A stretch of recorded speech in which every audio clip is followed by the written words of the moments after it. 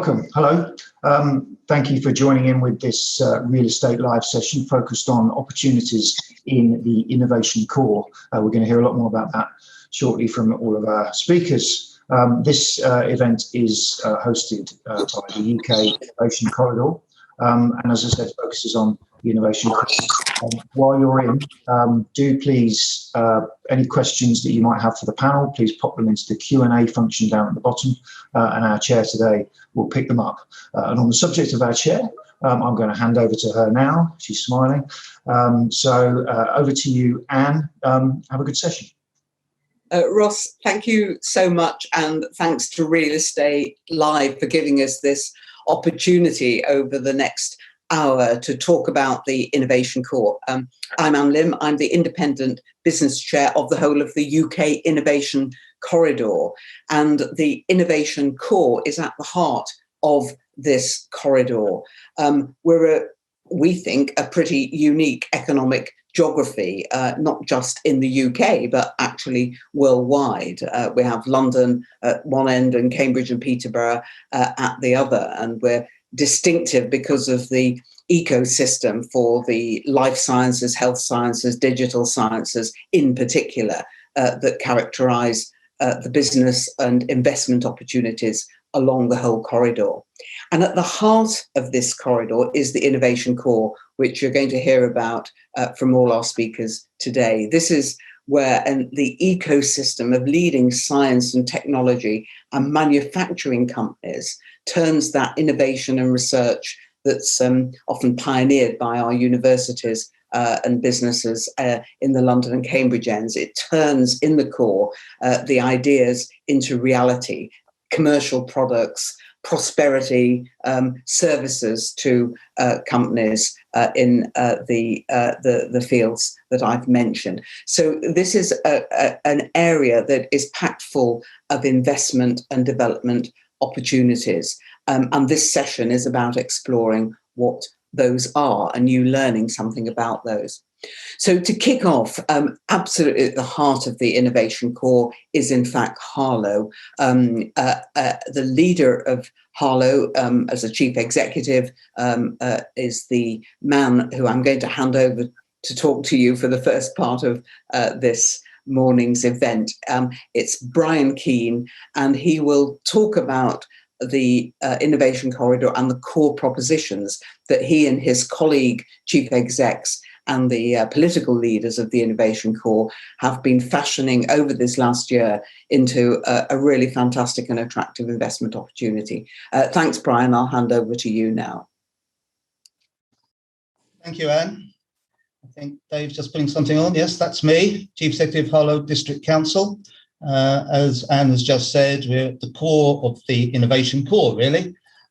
Moving on, though, I'm sure you've all heard of the UK Innovation Corridor, the UK's leading SkyTech region. But have you actually heard of the innovation core before today? The innovation core, you can see from the map on the screen now, lies at the heart of the UK Innovation Corridor. Linking Cambridge and London, this is where research and technology are transformed into successful commercial products and services. With an ecosystem of leading science, technology and manufacturing companies and top-class science innovation parks, the innovation core is the perfect blend of businesses, skills, productivity and places to turn innovation into world-leading solutions. All this is in an area of accessible and attractive places served by excellent infrastructure and connectivity, providing an enviable quality of life. It's easy for me to say that, but we do have data to back that up. Dave, if you can go to the next slide, please. Within the innovation core, as you can see on the screen, we have 272,600 people in employment. The growth forecast, more notably, is another 58,000 jobs by 2033. 34% of the population are educated to at least degree level, who have professional qualifications. 32,570 existing businesses are there, and 72 hectares of employment land is still available. Connectivity is really good. We've got the M11, M25, A10, A414 and A120, providing swift road links to London, Cambridge and Harwich Port. We have the high-speed broadband available through most of the area. Got Stansted, just down the road from Harlow, 200 international destinations, £8 billion worth of cargo pre-pandemic. So really, it is the place to be. The Innovation Core itself is the new branding for the Central Zone Alliance, comprising 5 local authorities at the heart of the UK Innovation Corridor. The members are Harlow, obviously, Broxbourne, East Herts, Epping Forest and Uttlesford councils, but it's also supported by Essex and Hertfordshire county councils, because it does cross county boundaries, because we don't look at boundaries in this particular area. So what is the objective of the grouping? It's really to present one unified proposition and align inward investment and economic development strategies so as to position the Innovation Core better in relation to London and Cambridge. The Innovation Core is focused on the advanced manufacturing, ICT, digital, media and life science sectors. Where these sectors overlap lies medtech and digital healthcare, an area of specific focus. In this regard, it was so exciting to hear the recent announcement that NVIDIA, the new owners of ARM in Cambridge, will site their Cambridge One supercomputer on the Keogh Data campus in Harlow, on the same site where Charles Keogh discovered optic fibre in 1966, and for which he won a Nobel Prize. The stated purpose of this supercomputer will be to process drug discovery data and analyse medical data sets, thereby supporting our proposition. As an aside, I'm visiting the site, I think, in 2 weeks' time, and I'm really, really excited about going there. But of course, that's not the only thing that's happening in the core. And I don't want to particularly just focus on Harlow because it is a partnership, but we have the relocation of Public Health England to Harlow. We've got the new Princess Alexandra Hospital project that will invest heavily in digital solutions. There'll be over £1 billion of public sector infrastructure investment within the Innovation Core. In addition, the Harlow and Gilston Carden Town will provide modern, affordable and desirable accommodation and supporting infrastructure for local residents and will attract skilled professionals out of nearby London, especially home workers making use of the excellent digital connectivity. The Harlow and Gilston Garden Town is one of the most advanced in the country, and it has considerable capacity funding from the government and great support from the government. Also within the core, we have excellent local schools, colleges and universities, which will help to inspire the next generation of young people to acquire the necessary skills to support this innovation. Next slide, please, Dave. We have, however, already in the one with the plug, that's the one, excellent, thank you. Already within the Innovation Core, of course, we do have certain key businesses, some of which you'll be hearing about later. But you'll see from the plan, we have things like the Chesterford Research Park, the Harlow Innovation Park, including the Arise Hub run by the Anglia-Ruskin University, Keogh Park, Maxwell's Business Park and Technology Centre, Park Plaza West, mixed use of Brookfield Riverside and Chestnut Lakeside, Waltham Cross, the aforementioned Stansted Airport, and forthcoming we have North Weald Airfield. But finally, and probably most importantly, let me give you 5 reasons to invest in the Innovation Core. Firstly, located just beyond the South Cambridge Biotech Cluster, the Innovation Core contains world-class science innovation parks with available space at lower cost than surrounding areas. Secondly, over £1 billion of forthcoming infrastructure investment, including new housing. 3, high-speed data centres and supercomputer facilities for processing of data. 4, excellent connectivity by road, rail and air. And 5, outstanding quality of life, including schools, market towns and beautiful countryside. So finally, I'd just say, why wouldn't you invest in the Innovation Core? Thank you very much. Brilliant. Thanks, Brian. Of course, I wholeheartedly concur with that. Why wouldn't you? 5 reasons to be cheerful and to invest. Fantastic, as I say. Great. Now we're going to hear, already been referred to, but here in a bit of detail about one of those key research parks. So I'm going to turn to Julian Cobourne, who will tell us about the Chesterford Research Park, what they're up to at the moment and what the future plans are that will fill out a little bit of what Brian's sketched. So over to you, Julian. Hopefully you can come on screen. She says, hi. Yeah, you can. Brilliant. Hey. Hopefully you can hear me. If you can just let me know that you can. Brilliant. Okay, I'm having some technical issues this morning, so I'm very pleased to be with you today. Thank you very much. If you can pull my slides up, that would be great. Thank you. Okay, so just a brief overview of Chesterford Research Park. So Chesterford is a leading UK research park at the centre of the Cambridge cluster, focused on the life science community and at the very northern edge of the innovation core. The park comprises about 340,000 square feet of modern, purpose-built R&D space, situated in 11 main buildings with a further 21 development plots and across an attractive, low-density built estate of 64 acres. The site sits in a larger 260-acre estate with expansive recreational grounds, 57 acres of agricultural land, 46 acres of woodland and a park golf course, creating a really idyllic working environment for our customers. If you can move on to the next slide, please. The park has had a varied history and has changed from a family private estate. In the 1940s, it became a hospital and respite centre, to becoming an R&D HQ for a number of individual businesses, most recently the R&D HQ for Aventis. In 2000, Aviva acquired the park and with its development partner, Church Manor Estates, has created the leading research centre and modern science park of today. And we were delighted to be joined in 2017 by Uttlesford District Council's Aspire, and the park is run on a 50-50 JV basis. Can I have my next slide, please? This is probably a bit difficult to see, but it's just a snapshot of how the park has developed over the last 20 years, taken from slightly different angles, but you can see at the top, we inherited a really sort of old, established, small research establishment, and we've created a new modern R&D park today. Next slide, please.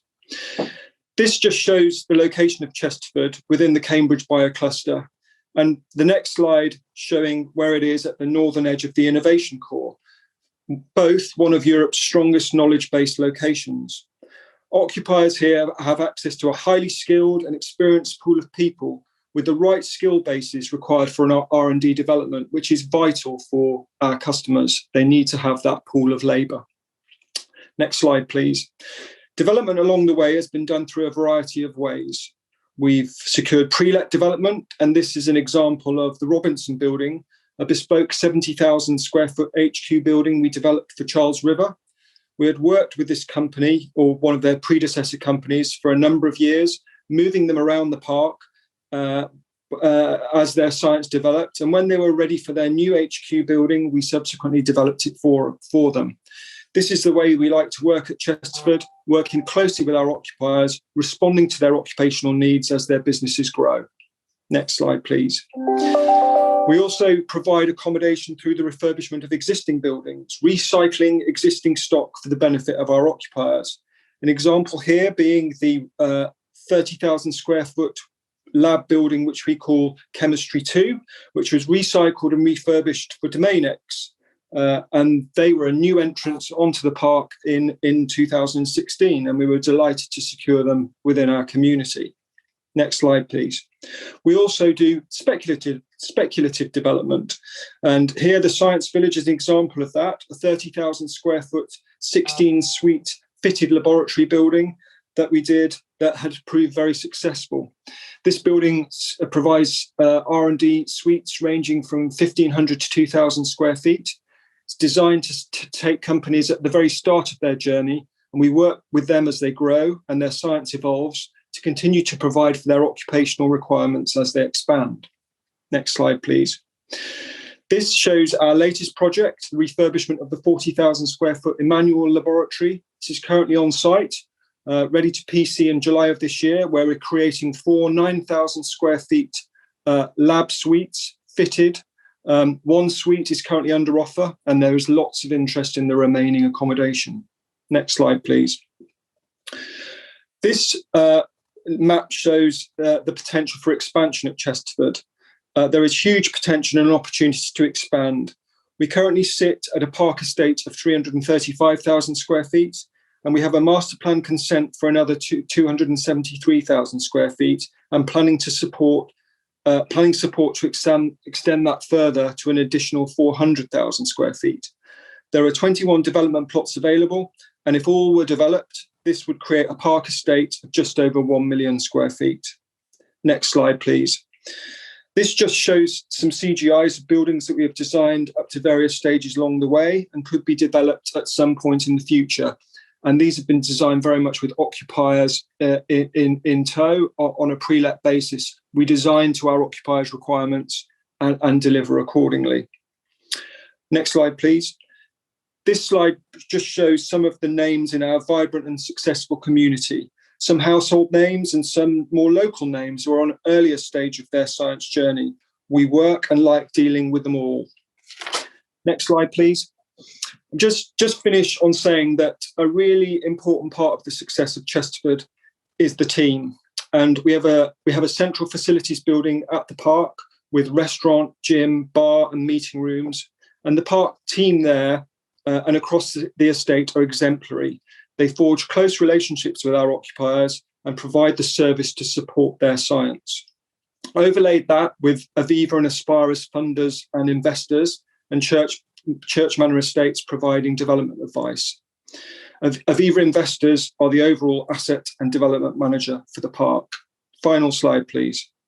So that's Chesterford, an established and successful community, but with huge opportunities to expand and satisfy the increasing occupational demand for R&D space in the innovation core. That's me. Terrific. Yeah, thanks, Julian. I think I've come back on screen and people can hear me. Super stuff. Really grateful to you and to Aviva investors for not just contributing today, but for what you're doing in the innovation corridor and in around the innovation core, as you've just illustrated, and particularly with obviously the work you've already done on Chesterford Research Park, but actually the huge potential there is still for major development, which is great. That leads beautifully into our third speaker, who is Clive Thompson from Woodhall Properties. We're doing fine for time, folks, so don't feel you have to rattle through things. I shall hand over to you, Clive, now. Thank you. Yes. Again, can people lift their hands up if they can hear me? Yes. Good. Thank you very much indeed. I must say, Julian, you've got much more space up there than we've got down south. Anyhow, hello everyone. For this project, the developer is STX A10 Limited, of which I'm a director and shareholder. I welcome the opportunity to introduce to you my company's initiative and development of the data centre and business park at Cheshunt on the A10, just north of junction 25 on the M25. It is currently known as Maxwell's Business Park, but we're looking with the council to give it a long-term name later. This 46-acre site was always considered by Broxbourne Council as a reserved site for future development through a number of local plan processes, although it existed under a green belt designation. The importance of a prospective occupier for a DC was the trigger for bringing forward this site when combined with the business park, particularly focused for high-level employment. Although one of the historic problems for DC developments was the perception of their contribution to employment, i.e. not a lot, it has now been established that the latest generation of DCs have more on-site activity, plus the cluster effect as a magnet for other businesses to grow close by. This purpose is important as a kickstarter to new development and investment.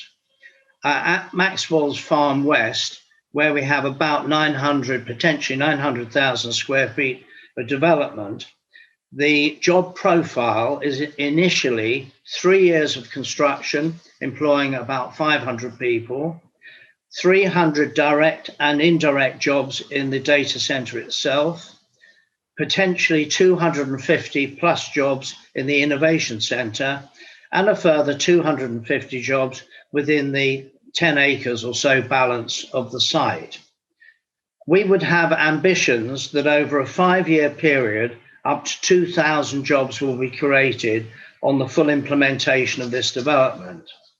This figure represents just under 1/3 of the total expected employment within Broxbourne Borough during the life of the current plan, i.e. a further 14 years to run. This is matched, interestingly, by about 7,000 new homes spread across a wide range of tenures where land is already allocated, with many sites already having outline permission for housing. The 106 planning obligations on my company includes a substantial payment to Herts County Council for off-site highways improvements so that our funding could help them raise cash elsewhere for improvements to the A10. A gift of just under 6 acres of serviced site to Broxbourne Borough, upon part of which they're promoting an innovation centre with necessary government support via the LEP for Hertfordshire. This project is about to receive detailed planning consent. The balance of the site will be a range of B1, B2 and B8 uses, where we hope to have advanced interest in the light of our data centre expected to be occupied by Google itself. The Spine Road is currently under construction, and on the basis of the position for the council on an innovation centre, they could be starting work to build that in September of this year. Penultimate point on infrastructure, whether on-site or off-site, this represents a serious front-end cost which often stalls development. In addition to the LEP, it would be helpful if other funding sources from government could be available to help kickstart these schemes. In addition, I would question whether there should be assistance to local authorities and large service providers to encourage advanced provision of necessary services rather than currently waiting until the promoter has a consent. This could save a 2 to 3 year delay in the service provision. Unlike speculative residential development, commercial schemes are not easily built speculatively, so there has to be a way to kickstart these operations. Other than Harlow, which has the benefit of an enterprise zone, I'm not aware of any other sites in the innovation corridor which enjoy a similar provision. Lastly, from a good planning perspective, with the contribution to car parking, landscaping, and concerns of biodiversity, it is very difficult to achieve a 40% site coverage, which is the norm in terms of commercial development. So future buildings, including warehousing, need to have consideration to multi-layers.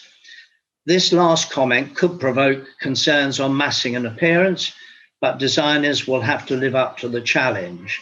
The difference between us and Chesterford is that we are very much in the urban fringe, and we have not got the land to have the ability to create quite such a spacious environment.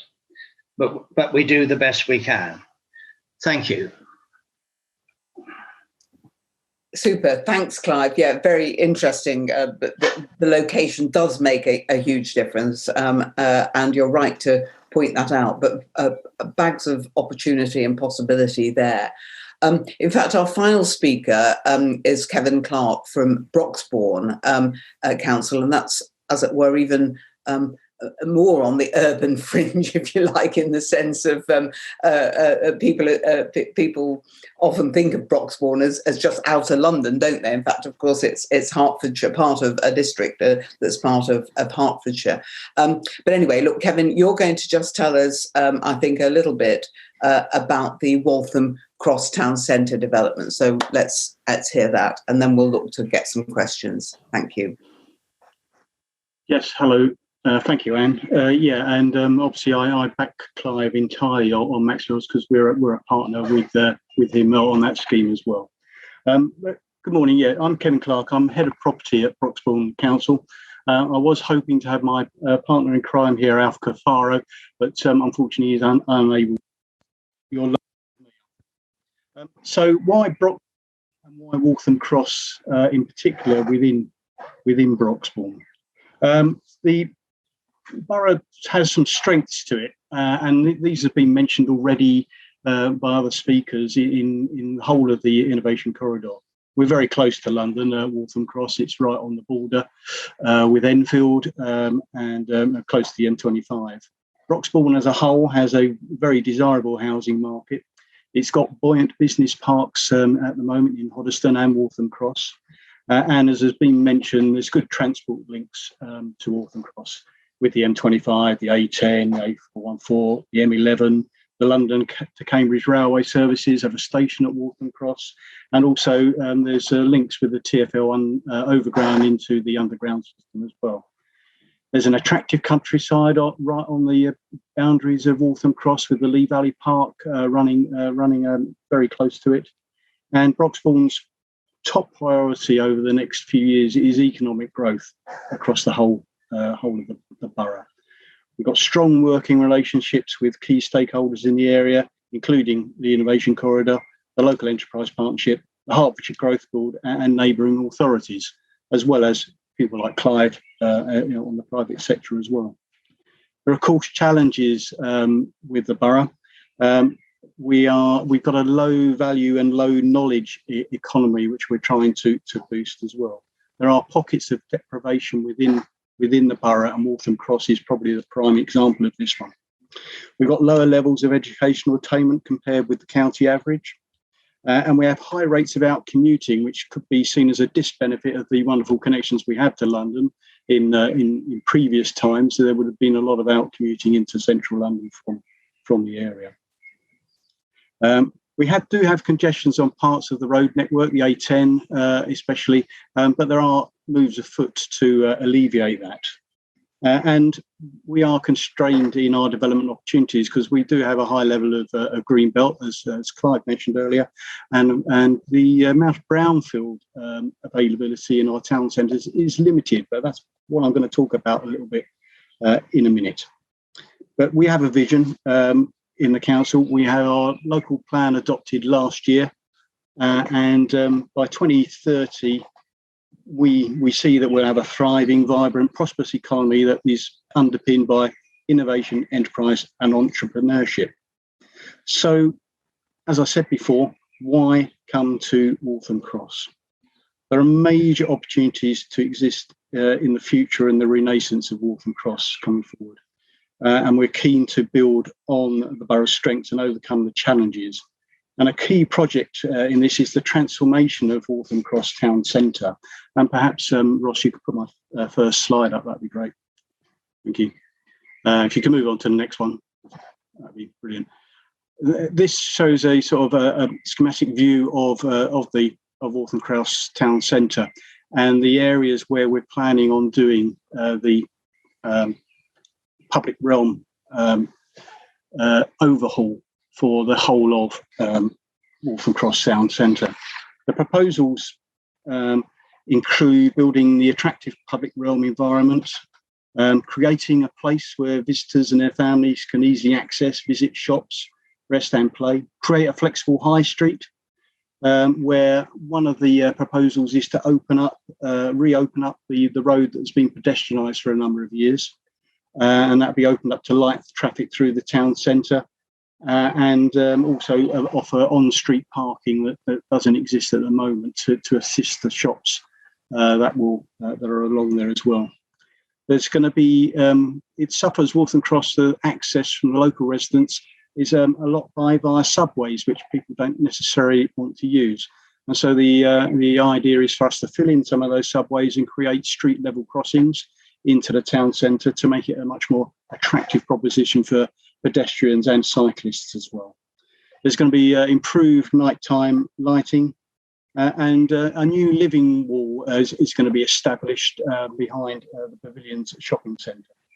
And two roundabouts that serve the sort of the roads, one called the Fish Pools roundabout, and the other the Kentucky Fried Chicken roundabout, because they're the businesses close by, and they're both going to be refurbished and improved. If you move on to the next slide, this sort of shows the vision of what we're expecting to happen down the Northern High Street, with the middle section there, the light grey, being the sort of the reopened single carriageway to enable traffic to move there. Not all times of the day, it will be restricted to various days. We're also having some fixed street food stalls placed in as well. If you'd like to move on to the next slide. And this is sort of shows the sort of open space recreational positions we want to be. On the right-hand side of this image is the Pavilion's shopping centre. And on the left-hand side, again, you can see where the single carriageway is promoted to be going through. And if you'd like to move on to the next one, and this sort of just shows what it might look like in the night time, with Fish Pools, our major retailer at the moment in the town centre, shown on the left. So the funding of the public realm is our next sort of hurdle to overcome. The design team, it's fully designed up at the moment, and we're just about to go out to a public consultation to get the public's views on it, basically, and start to move things forward. But the estimated costs of putting in all this at public realm is about £9.6 million. Now, we won't be able to fund that all ourselves. There will be contributions via Section 106 payments, whatever. But at the moment, we're also putting together a levelling up fund bid, which is due in tomorrow lunchtime, for Waltham Cross Town Centre, to cover not only the public realm but other issues as well. So we've got a bid in of somewhere around £12 million, which, although we hope we might see something from the government, but if we don't, then progress ultimately would be slower unless we can find private sector investors maybe to help us as well. So there are two other sites within the town centre. There are two sites within the town centre that the council now owns. 18 months ago, we didn't own anything. We had nothing to hinge the plans on for the public realm. We didn't own anything. It would been very hard for us to provide catalysts. So we have now bought two sites, and perhaps if you put the next slide up. This outline here shows part of the Northern High Street, a broad range of shops, some which are occupied, some which are unoccupied, but the whole of the site is now the council's, and we are in the present of designing a complete redevelopment of the whole site.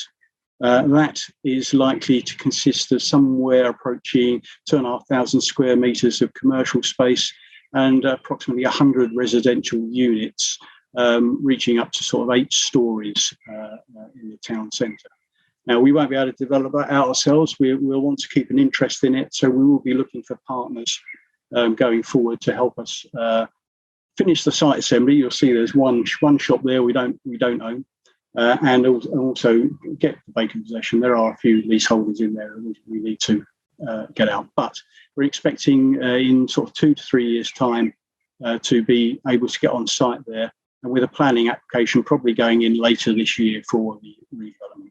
If we move on to the next slide, please. Now you'll see next door to it on the other side of the road is the Pavilion's shopping centre, which we acquired last October. It's a very extensive shopping centre, and it has 2 residential elements to it already, plus around 51 retail units in it, including Sainsbury's.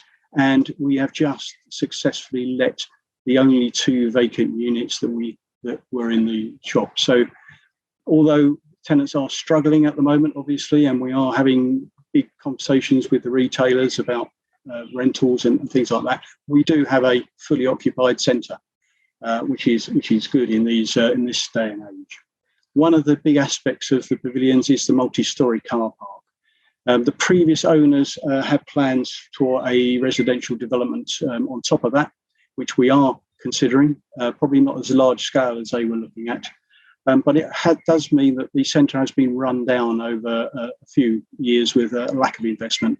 And so we're planning on putting investment into the pavilions. But the opportunity is there for a redevelopment on top of part of the multi-storey car park. Again, roughly 100 residential units there, which we'll be seeking partners for.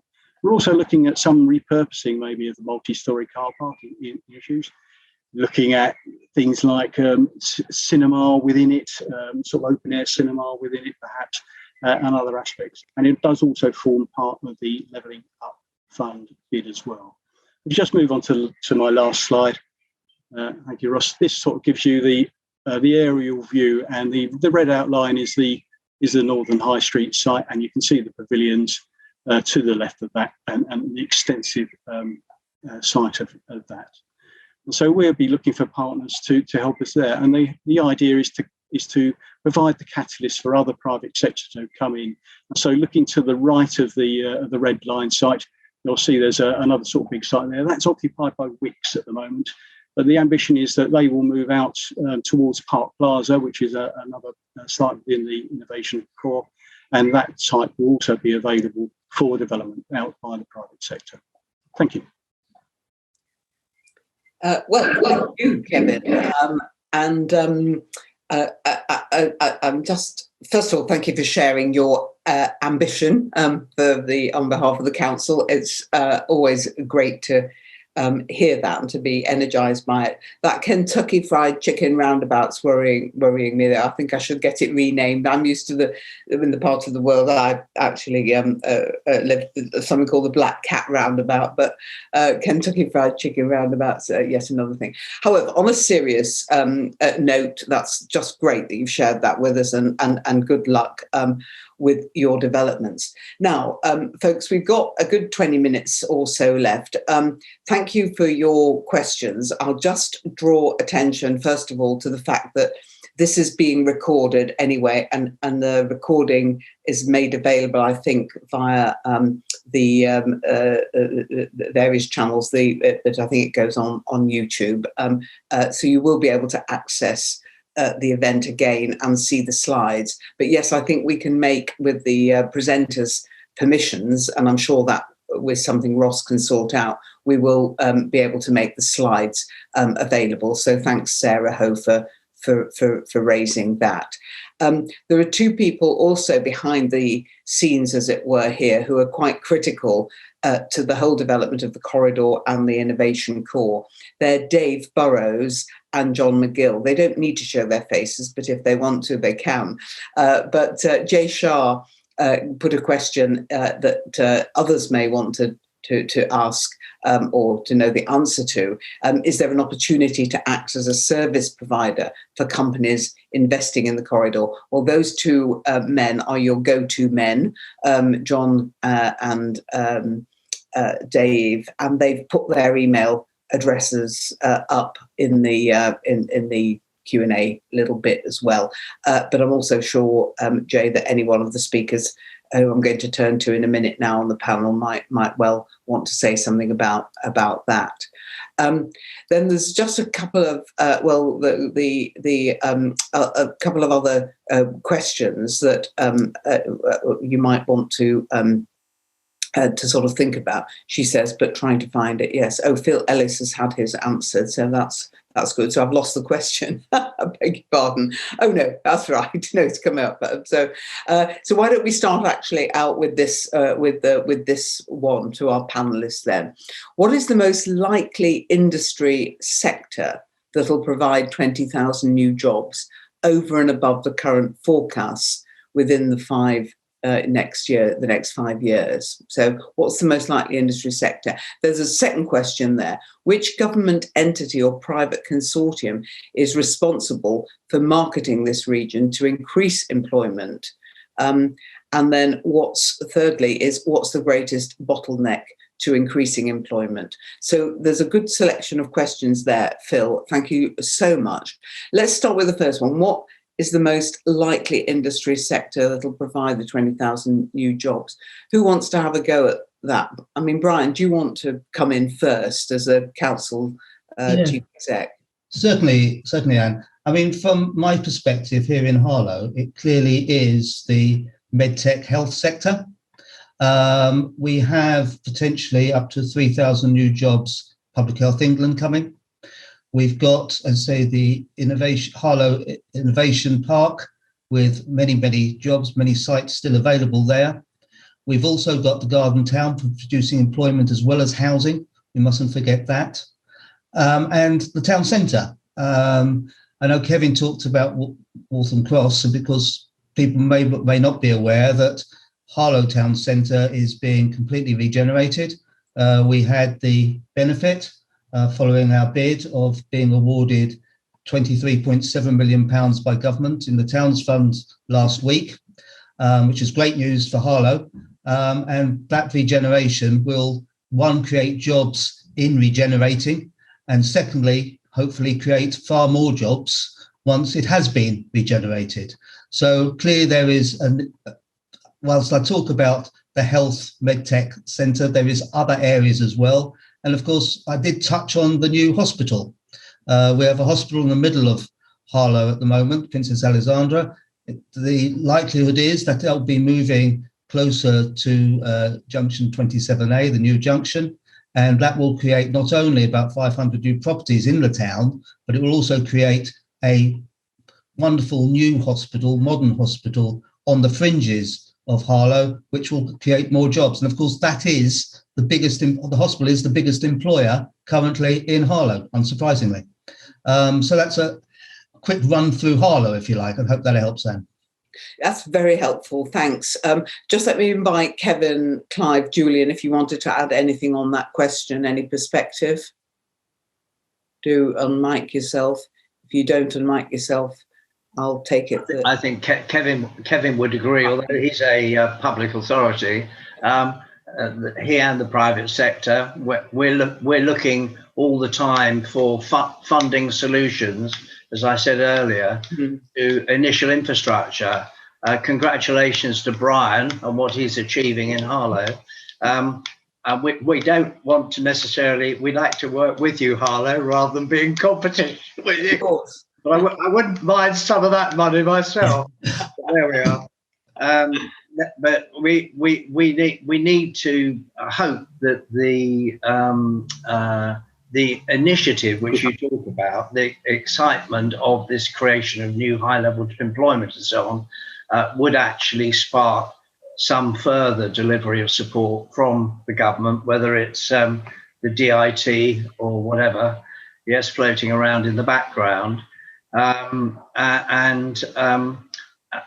We are, as we're co-joined with Harlow, yes, we get adjunct boundaries. I think the scope of what you're promoting anyhow as a core can be looked at in the round rather than necessarily being too specific. Brian's doing a great job of recovering Harlow anyhow, but I don't see any reason why Harlow can't be working in conjunction with Broxbourne and ourselves as we build up the momentum in the southern part of the corridor. Sure. And do you mind if I come back on that? No, I was going to bring you in, yes. And then I'll come very briefly. I'm not, I know it may sound at times I'm here speaking on behalf of Harlow. I'm not. I obviously can't resist it from time to time, but I'm actually here talking about the core. And we work very closely with our neighbours, particularly with Broxbourne. They are one of the people in the core, one of the authorities in the core. And I don't see this as Harlow with nowhere else. I'd say this is the core and getting what we can, what businesses, what employment we can to the overall core, which can be of any of the 5 district councils. Excellent. Kevin, did you want to add anything? And then I'll move on. Well, I want to say on sort of in being a bit self-centred in Broxbourne, obviously our local plan is now in place and adopted. And since that has happened, the amount of planning applications that we have come in for all different types of schemes, residential and business, has been astounding. And our planning team is sort of currently drowning under the amount of non-paperwork that they've got for all these planning applications. So I think there's quite a buzz around now, and being part of the Innovation Core only helps. And I think I can't see it being sort of one sector that is going to promote it. I think there's going to be a mixture of sectors coming forward, especially in Broxbourne, in close proximity to the M25 junction. There we've got two sites called collectively known as Park Plaza, just south of Clive site in Maxwell's, which will be coming forward for sort of business employment in the next few months, hopefully, with planning applications. But the other thing that we're also promoting in Broxbourne is a brand new town centre at Brookfield, which has a garden village sort of attached to it as well.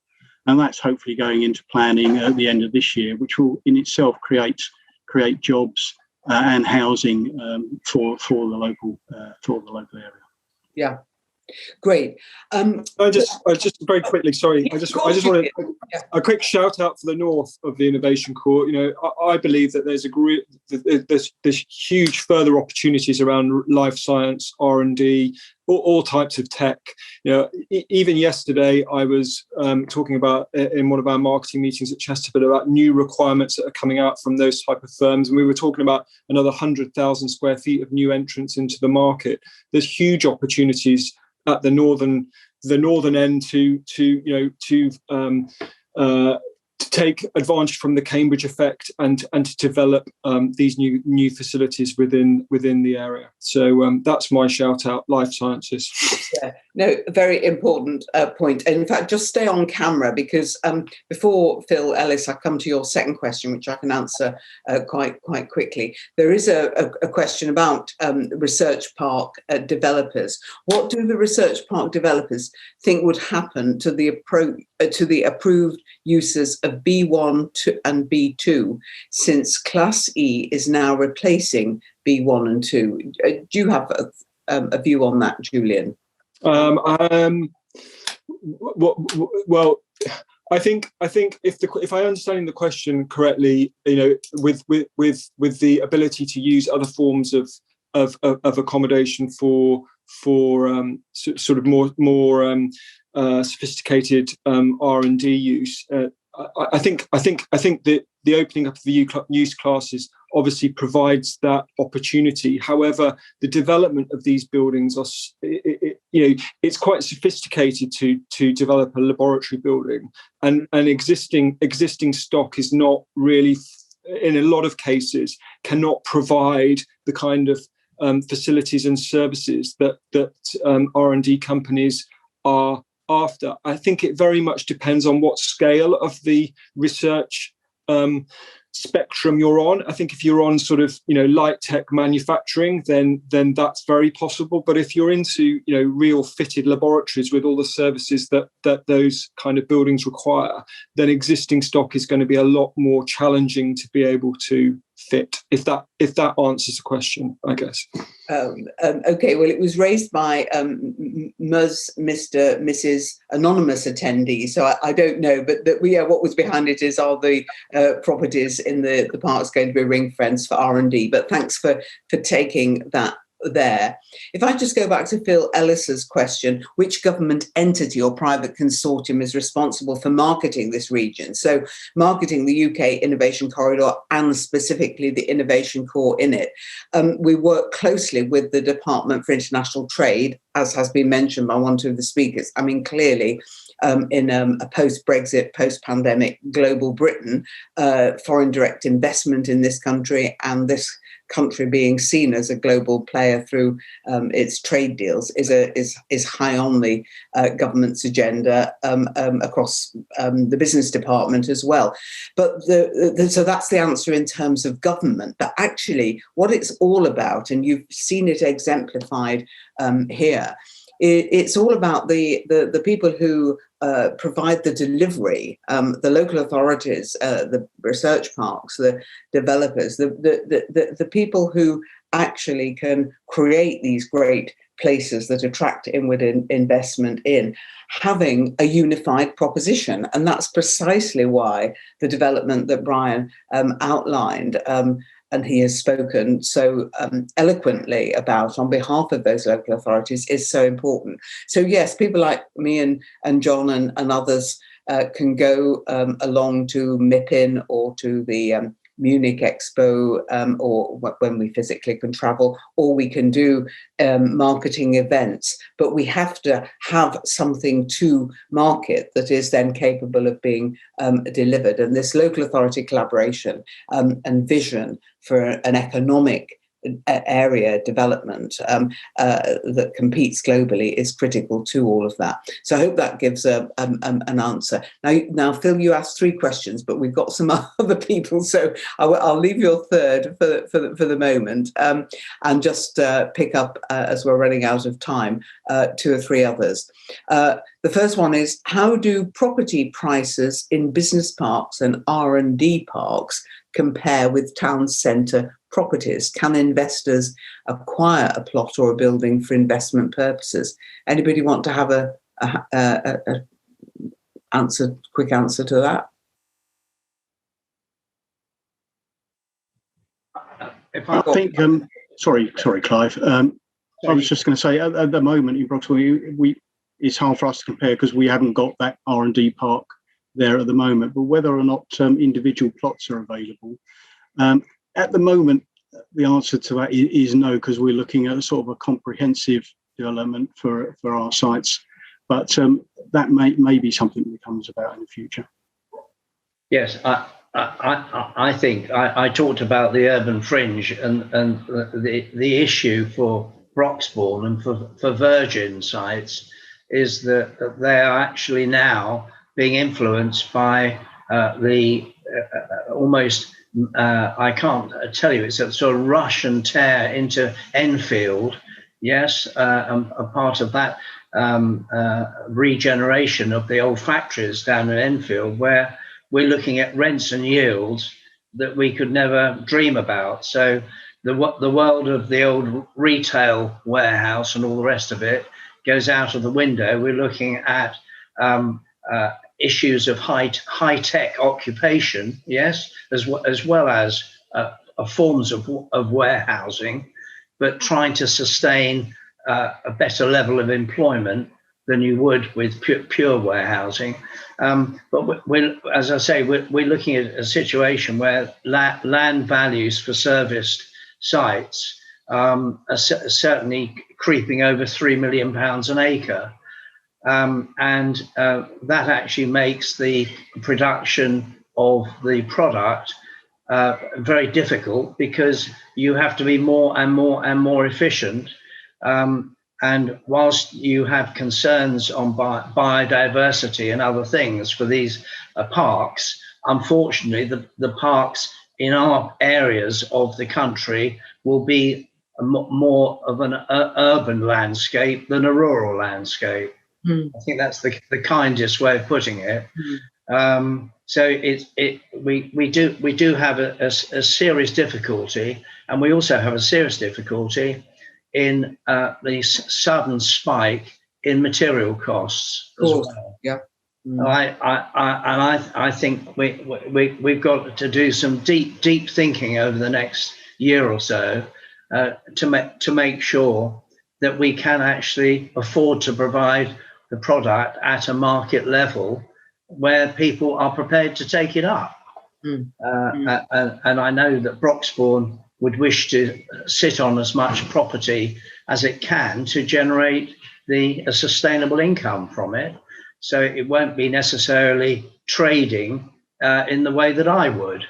Yes, but you can't necessarily expect to achieve disposals to end users. There will be funds want to get involved, and they want to create their own investments going forward.